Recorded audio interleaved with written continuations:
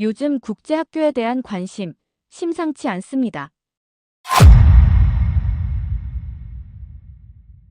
입학 설명회는 문전성시, 관련 커뮤니티는 하루에도 수십 개의 글이 올라오고 유튜브엔 국제학교 브이로그가 쏟아지죠.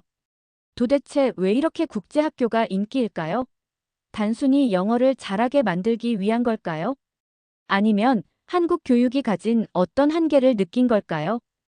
한 가지는 분명합니다. 지금 부모님들은 좋은 대학을 넘어 좋은 세계를 향해 자녀를 준비시키고 있습니다. 한국식 주입식 교육에 대한 피로, 창의성과 표현력을 중시하는 글로벌 교육에 대한 갈망, 그리고 무엇보다도 영어 실력 하나로 좁혀지는 기회의 격차. 이런 모든 고민이 국제학교에 대한 관심으로 이어지고 있습니다. 하지만 실제로 국제학교는 어떤 곳일까요? 모든 학교가 수준이 높을까요? 입학은 쉬운가요? 학비는 얼마나 들고 다녀온 아이들은 어떻게 달라질까요? 영어는 진짜 유창해지고 성격도 더 개방적으로 변할까요? 오늘 영상에서는 국제학교에 대해 제대로 알려드립니다.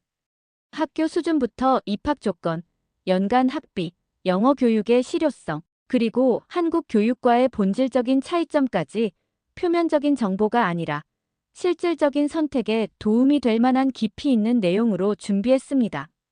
이 영상을 끝까지 보신다면 국제학교가 단순한 유행인지 아니면 진짜 대안이 될 수 있는지 판단하실 수 있을 겁니다. 그럼 시작해볼까요? 많은 부모님들이 국제학교를 떠올릴 때 수준 높은 교육, 자유로운 분위기, 영어에 몰입된 환경을 먼저 생각하십니다. 그런데 과연 모든 국제학교가 그런 이상적인 곳일까요? 결론부터 말씀드리면 국제학교의 수준은 천차만별입니다. 이름만 국제학교인 곳도 있고 세계 상위 1% 엘리트들이 모이는 학교도 있습니다. 그래서 국제학교를 선택할 때는 국가보다 학교 자체의 커리큘럼과 인증 여부가 훨씬 중요합니다. 먼저 국제학교의 수준을 판단할 수 있는 가장 기본적인 기준은 커리큘럼입니다. 전 세계적으로 인정받는 커리큘럼에는 대표적으로 IB, 케임브리지, 브리티시 내셔널 커리큘럼, 어메리컨 커리큘럼 등이 있습니다. 이 프로그램들은 각각 철학과 방식이 다르지만 공통적으로 창의력, 비판적 사고, 토론 능력, 문제 해결 능력을 강조하며 대학 입시에 직접적인 도움이 됩니다. 예를 들어 싱가포르의 UWC는 IB 프로그램의 본산이라 불릴 정도로 정평이 나 있습니다. 세계 각국의 장학생들이 모이며 학업 수준이 매우 높아 입시 경쟁률도 상당합니다. 반면 필리핀 마닐라에는 이름만 국제학교인 곳도 많아서 실제로는 현지 학교와 큰 차이가 없거나 관리가 부실한 경우도 있습니다. 따라서 국제학교라는 이름만 보고 판단하는 건 위험합니다. 또 하나의 중요한 기준은 학교가 국제 인증을 받았는가입니다. 대표적인 인증 기관으로는 CIS, WASC, NEASC 등이 있습니다. 이런 인증을 받은 학교는 일정 수준 이상의 교육과 관리 체계를 갖췄다는 뜻이죠. 말레이시아의 IGB 인터내셔널 스쿨은 IB 인증을 받은 학교로 다문화 학생들이 함께 공부하며 영어 몰입 환경이 잘 갖춰져 있습니다.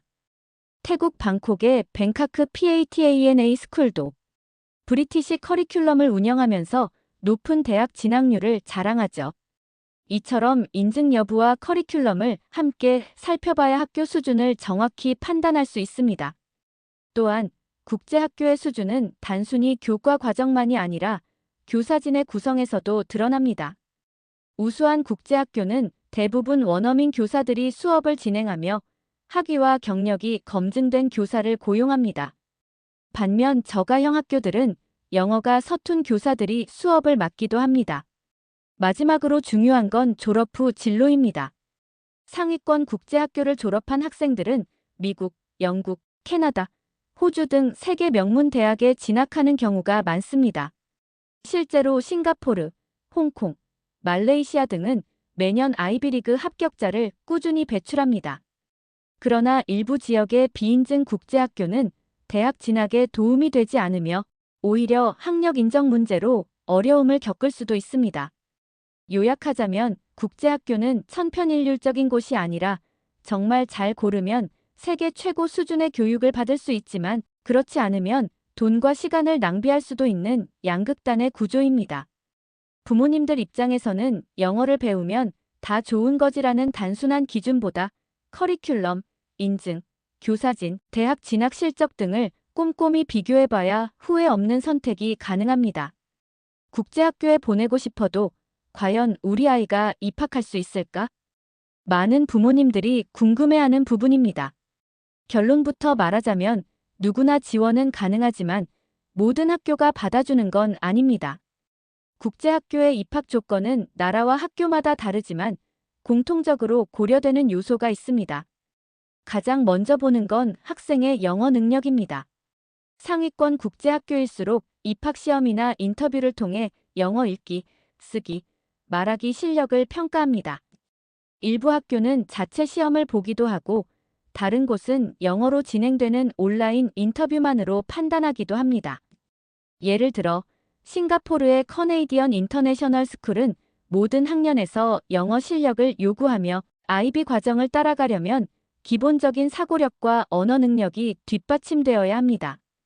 반면 말레이시아의 일부 중소형 국제학교는 입학 시 영어 실력이 부족해도 ESL 프로그램을 통해 보완할 수 있도록 도와줍니다. 즉, 학교마다 받아주는 폭이 다릅니다. 두 번째는 입학 시기입니다. 국제학교는 대부분 8월 또는 9월에 새학년이 시작되며 전 세계 학제를 따르기 때문에 한국의 3월 입학과는 차이가 있습니다. 따라서 입학을 준비하려면 1년 전부터 상담과 서류 준비를 시작하는 것이 좋습니다. 또 하나 주의할 점은 학생뿐 아니라 부모의 비자 상태입니다. 많은 국제학교는 부모가 해당 국가에 합법적으로 체류하고 있어야만 자녀 입학이 가능합니다. 예를 들어 태국이나 필리핀은 부모가 장기 체류 비자나 투자 비자를 가지고 있어야 국제학교 입학이 수월하며 동반 비자를 조건으로 요구하는 경우도 많습니다. 또한 일부 국제학교는 학부모와의 면접을 통해 교육 철학이 학교와 잘 맞는지를 확인하기도 합니다. 학교에 따라선 추천서, 성적표, 예방접종 증명서 등 다양한 서류를 요구합니다. 입학 자체가 경쟁인 유명 국제학교는 대기자 명단에 올라가는 것도 쉬운 일이 아니죠.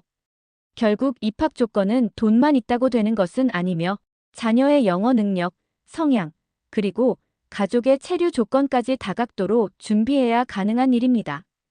단순히 국제학교니까 보내면 좋겠지가 아니라 우리 아이가 그 환경에서 잘 적응할 수 있을지를 함께 고려해야 합니다. 국제학교를 고민할 때 가장 먼저 부딪히는 현실적인 문제는 바로 학비입니다. 좋은 건 알겠는데 우리 집 형편에 감당이 될까?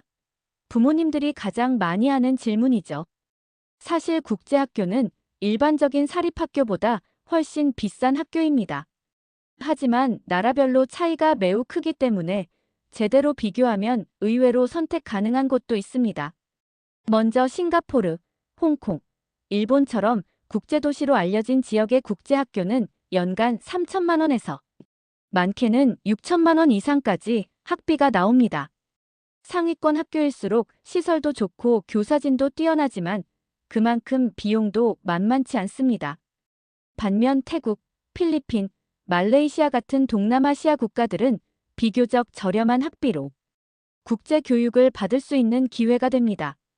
예를 들어 태국 방콕의 중상급 국제학교는 연간 1,200만 원에서 2천만 원, 필리핀 마닐라의 브리티시 계열 학교는 약 800만 원, 1,500만 원 선으로 형성돼 있습니다.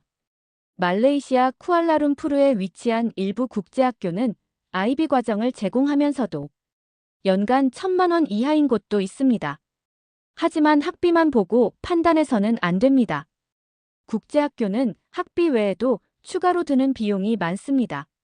예를 들어 입학금, 등록비, 교복비, 급식비, 학교 버스비, 교재비, 방과 후 활동비까지 합치면 1년에 수백만 원씩 더 지출되는 경우가 많습니다. 특히 IB 과정의 경우 프로젝트 준비나 실험 장비 구입 등으로 추가 경비가 더 발생하기도 합니다. 또 하나 중요한 건 생활비입니다.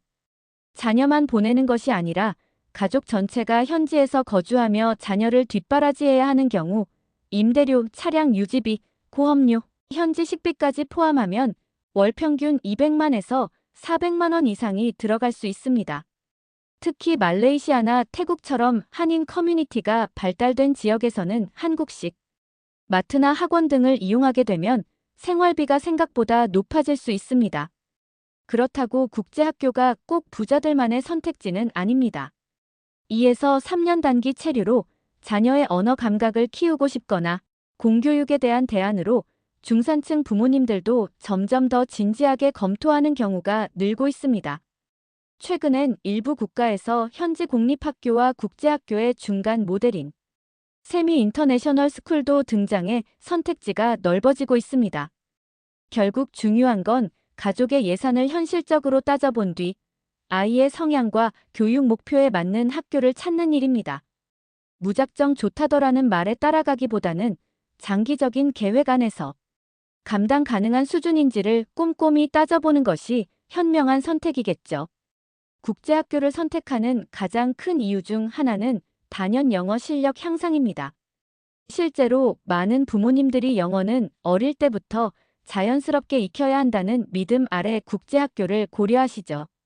그런데 정말 그 효과는 기대만큼 클까요? 국제학교의 영어 교육은 분명 일반 학교와는 다릅니다. 수업은 대부분 영어로 진행되고 토론, 에세이, 프레젠테이션 등 실생활 중심의 언어 사용이 많습니다. 게다가 학교 내 커뮤니케이션 자체가 영어이다 보니 일상생활 자체가 영어 학습 환경이 되는 셈입니다. 특히 친구들과의 대화, 클럽 활동, 행사, 참여 등을 통해 교과서 영어가 아닌 살아있는 영어를 익힐 수 있다는 게 큰 장점입니다. 그러나 영어 실력의 향상 정도는 아이의 성격과 연령대, 초기 영어 수준에 따라 차이가 큽니다. 영어에 대한 거부감이 적고 외향적인 아이일수록 빠르게 적응하고 언어를 흡수하는 반면 내성적인 성격이거나 영어 노출이 거의 없던 아이는 적응에 시간이 오래 걸릴 수 있습니다. 이런 아이들을 위해 많은 국제학교에서는 ESL 과정을 운영합니다. 이는 비영어권 학생들이 학년 수업을 따라갈 수 있도록 언어를 단계별로 보완해주는 프로그램입니다. 영어 외에도 주목할 점은 다문화 환경에서의 성장입니다. 국제학교는 전 세계 다양한 국적과 문화를 지닌 학생들이 함께 생활하기 때문에 아이들은 자연스럽게 다름을 이해하고 받아들이는 태도를 배웁니다. 이는 단순히 언어를 넘어서 글로벌 감각과 열린 사고를 키우는데 큰 도움이 됩니다. 예를 들어 싱가포르나 말레이시아의 국제학교에서는 한국, 중국, 유럽, 인도계 학생들이 섞여 수업을 듣고 다양한 문화 축제와 교류 행사를 통해 타문화 존중과 협업 능력을 익힙니다. 이는 앞으로 글로벌 사회에서 살아갈 아이들에게 큰 자산이 될 수 있습니다. 하지만 주의할 점도 있습니다. 다문화 환경이 오히려 정체성의 혼란이나 소속감 부족으로 이어지는 경우도 있습니다. 특히 언어적 장벽이 클수록 아이가 위축되거나 한국 문화를 잊는 것에 대한 부모의 우려도 생길 수 있죠. 따라서 가정 내에서 한국어와 한국 문화에 대한 지속적인 소통과 교육도 함께 병행되어야 진정한 의미의 글로벌 교육이 될 수 있습니다. 결론적으로 국제학교의 영어 몰입 환경과 다문화 경험은 분명 강력한 교육 자산입니다. 하지만 보내기만 하면 영어 잘한다는 환상보다는 아이의 특성과 가정의 노력까지 함께 고려한 준비가 병행될 때 그 효과가 제대로 나타난다는 점을 기억하셔야 합니다. 한국 교육과 국제학교 교육의 가장 큰 차이는 한마디로 말하면 목표와 과정의 철학입니다. 한국 교육은 대학 입시라는 뚜렷한 목표를 중심으로 구조화되어 있고 국제학교 교육은 자율성과 균형, 전인적 성장을 더 중시합니다. 이 차이는 교과 구성, 수업 방식, 평가 기준, 교사와의 관계 등에서 뚜렷하게 드러납니다. 우선 수업 방식부터 살펴보면 한국 교육은 교사가 설명하고 학생이 따라가는 구조가 일반적입니다. 반면 국제학교는 학생 참여형 수업이 기본입니다.